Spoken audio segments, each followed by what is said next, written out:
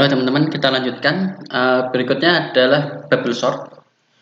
Jadi bubble itu kan gelembung. Jadi dinamai bubble sort itu karena elemen yang lebih besar atau lebih kecil yang nantinya kita akan urutkan itu tadi seakan-akan menggelembung ke atas seperti bubble seperti itu.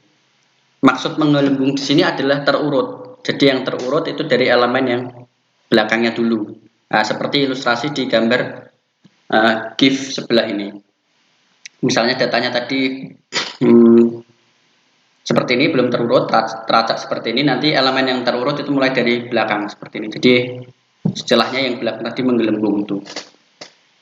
Intinya adalah sederhana, jadi kita akan melakukan transversal atau penelusuran di setiap elemen listnya, kemudian kita membandingkan setiap pasangan elemennya yang bersebelahan tadi.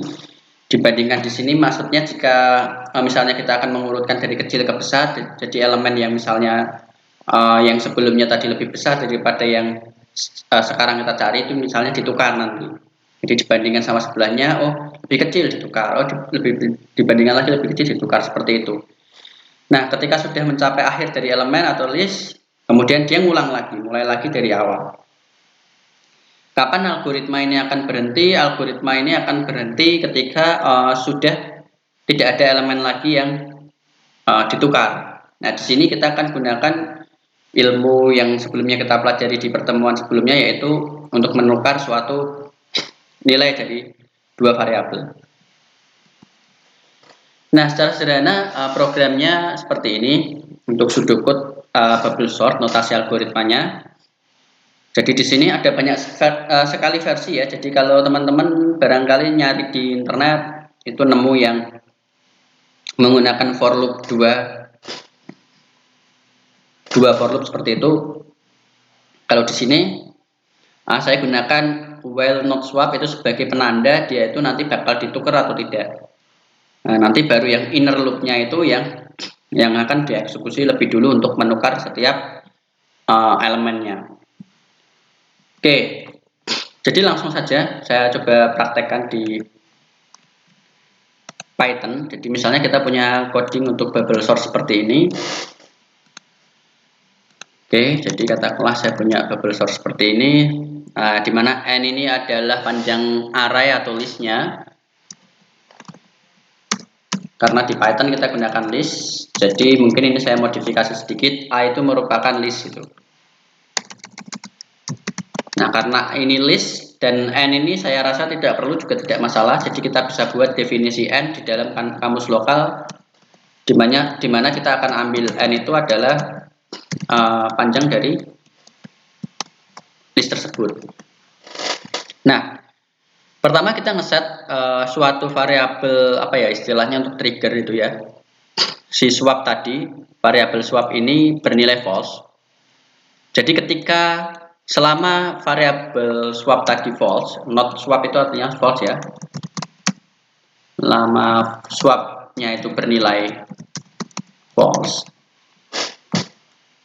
Gitu, kita akan ngeset swapnya tadi bernilai true untuk sementara waktu, karena nanti barangkali kita akan menemukan ketika kita melakukan perulangan di setiap elemen dari list yang akan kita ulang-ulang itu, yang akan kita telusuri tadi, kita akan lakukan perbandingan di dalam inner loopnya atau loop yang paling dalam. Di sini kita gunakan nested loop ya.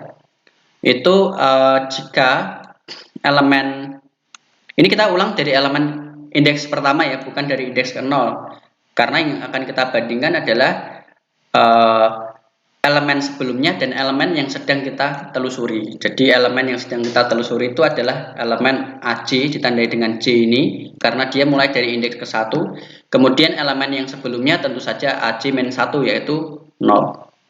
Kalau kita mulai itu dari A1, berarti dibandingkannya nanti sama A0 seperti itu. Nah, ketika A1 tadi, A0 tadi itu lebih besar daripada A1, maka kita akan menukar elemennya dan memberikan triggernya ini tetap menjadi false. Artinya tetap ada elemen yang dia itu harus ditukar. Kayak gitu. Kalau nanti dia sampai tidak ngeset false atau dia masih menyisakan true, artinya perulangan ini tidak lagi dieksekusi, maka berarti elemennya sudah terurut semua. Seperti itu. Berarti tidak ada yang memenuhi untuk yang elemen saling berpasangan tadi saling ditukar. Oke. Misalnya di kasus bagaimana cara kerja dari algoritma ini. Misalnya saya punya elemen yang belum terurut, katakanlah ini 11, 3, 3, 4. Nah, ini ya. Elemennya seperti ini, saya tuliskan di sini. Nah, lalu saya coba sini saya buat prosedur saja tanpa pengembalian. Jadi saya langsung print hasil akhir dari A yang sudah terurut. Jadi kita tinggal panggil saja bubble sort L. Nah, sebentar, ini kan tadinya belum terurut ya. Ini belum terurut 11, 3, 3, 4, 5, 2, 3, 12, 12. Harusnya kan 11, 22, 12, 12, 3, 3, 4, 5, 2, 3. Nah, kayak gini, ini sudah terurut. Tapi bagaimana kita coba untuk mendebak ya, misalnya kita ingin mendebak cara kerja dari algoritma bubble sort ini untuk kita pahami bersama ya. Kita bisa lakukan print atau kita coba print di setiap inner loopnya atau outer loopnya. Jadi di sini kita boleh print yang pertama adalah swapnya, itu swap pertukarannya itu statusnya bagaimana, apakah ditukar apa tidak.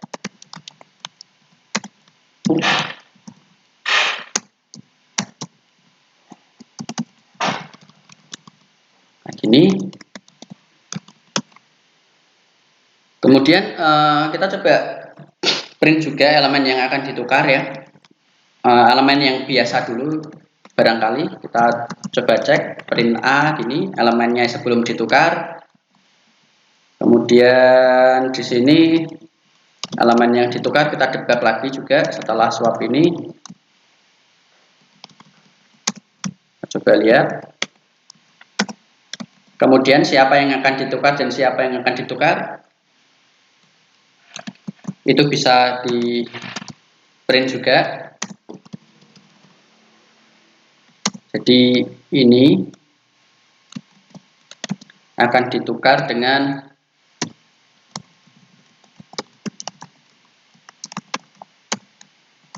elemen yang sekarang itu. Nah, ketika nanti sudah ditukar, maka dia akan menghasilkan elemen yang sudah ditukar, yang baru lah. Nanti yang barunya kita bisa lihat ketika perulangan itu berlangsung terus menerus. Oke, kita coba lihat bagaimana dia akan bekerja. Pertama dari elemen pertama ya, 11, 3, 4, 3, 3, 4, 5, 2, 3, 12, 12. Itu akan kita cek ditukarnya gimana. Ditukarnya bernilai true ya, karena dia swapnya by default true ya. Kita anggap aja ini nanti bakal ditukar seperti itu. Kemudian kita akan melakukan looping ya, perulangan dari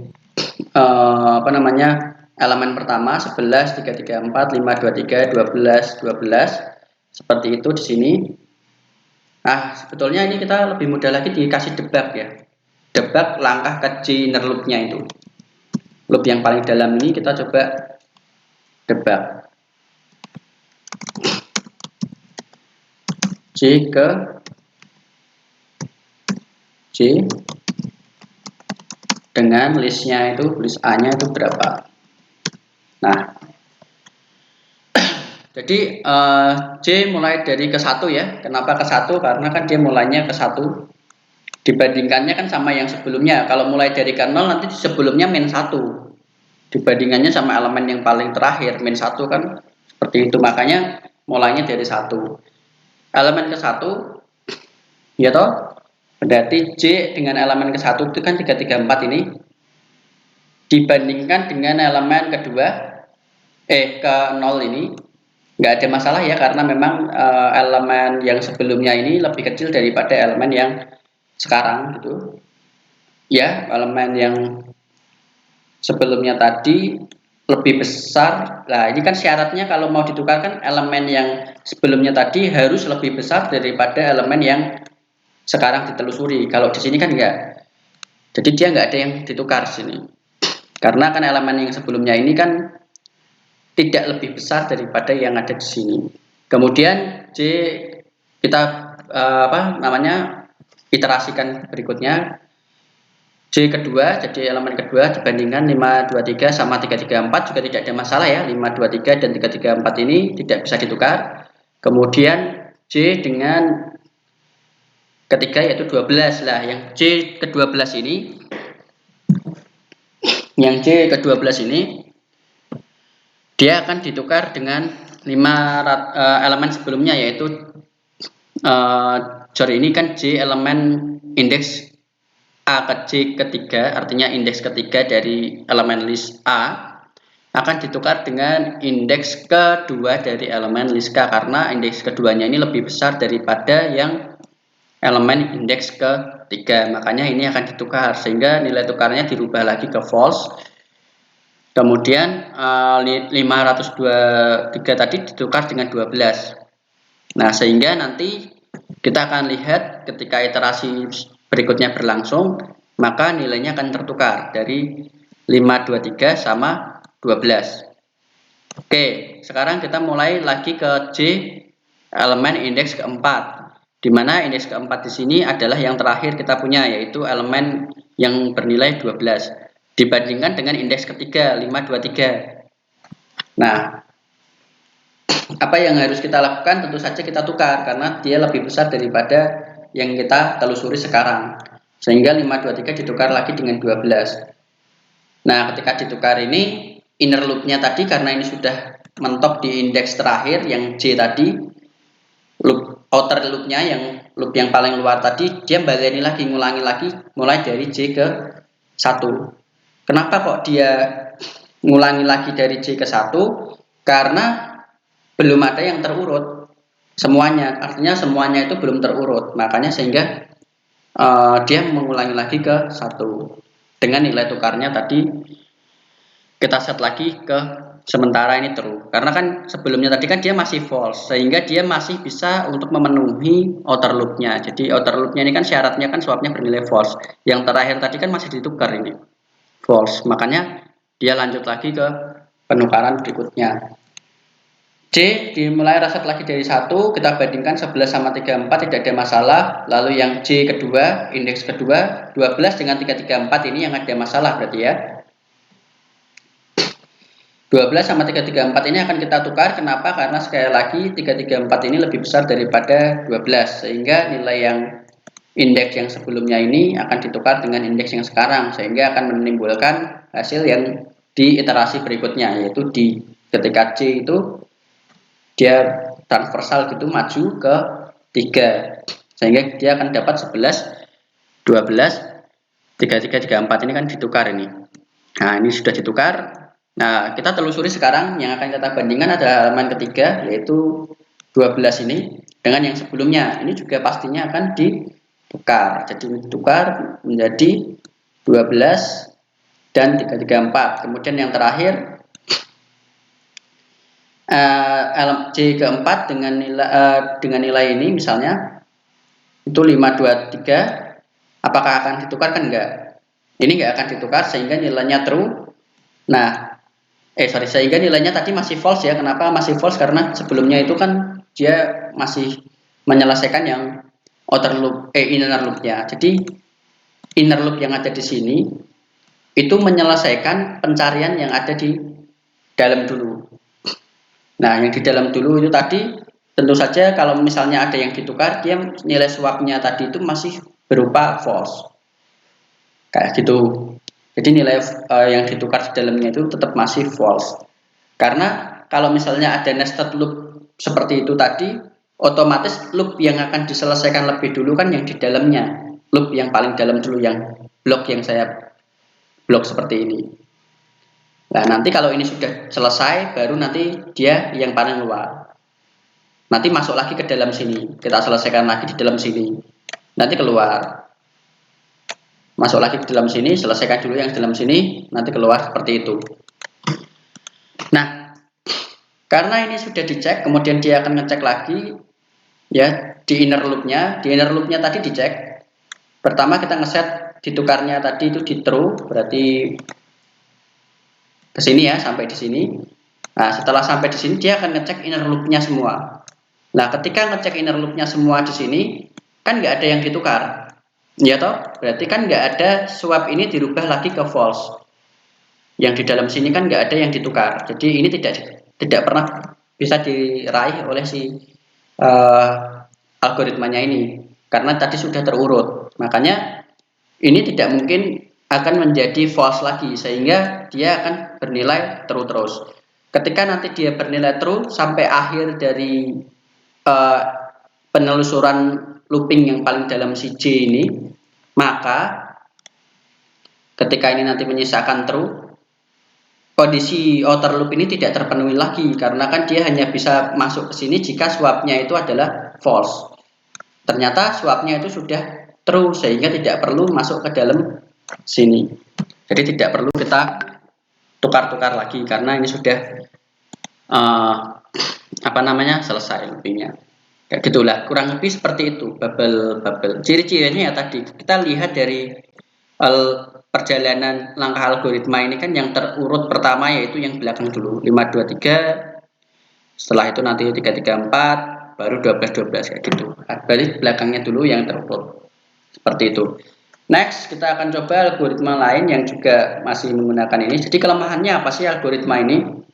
Kelemahannya adalah dia itu menggunakan 2 kali kerja nested ya. Jadi artinya dia menggunakan nested loop, dimana kalau nested loop itu kecepatan algoritma tadi, jika misalnya kita mau mengurutkan datanya itu adalah kok descending semua, padahal kita mau mengurutkannya ascending, itu kan harus diulang semua itu ya, worst case-nya itu berarti kita harus telusuri satu persatu di dalam sini. Berarti kalau jumlah datanya itu adalah n, dia akan diulang n dikali n, atau penelusurannya tadi itu akan membutuhkan waktu n dikali n. Banyaknya datanya tadi misalnya 10 ya, berarti dia akan butuh setidaknya paling buruk langkahnya itu adalah 100 langkah untuk menukar tadi, kemudian mengurutkan tadi sampai benar-benar dia terurut. Itu skenario terburuknya adalah tadi semua data, setiap piece dari datanya itu tadi akan diurutkan terdalam dulu, nanti dia mengurutkan lagi seterusnya itu adalah n dikali n dari jumlah datanya tadi dikalikan dengan jumlah data yang ada tadi, sehingga kalau jawabannya 10 dia butuh 100 langkah. Itu skenario yang paling buruknya. Seperti itu. Skenario paling baiknya ya kalau datanya sudah terurut, dia cuma ngeceknya sekali, jadi sejumlah data itu saja, tapi itu tetap jadi pertimbangan kita. Kemudian next kita akan coba algoritma yang lain yang alternatifnya dari bubble sort itu, namanya adalah selection sort. Itu mungkin di pertemuan berikutnya. Itu terima kasih, sampai jumpa di pertemuan atau video berikutnya.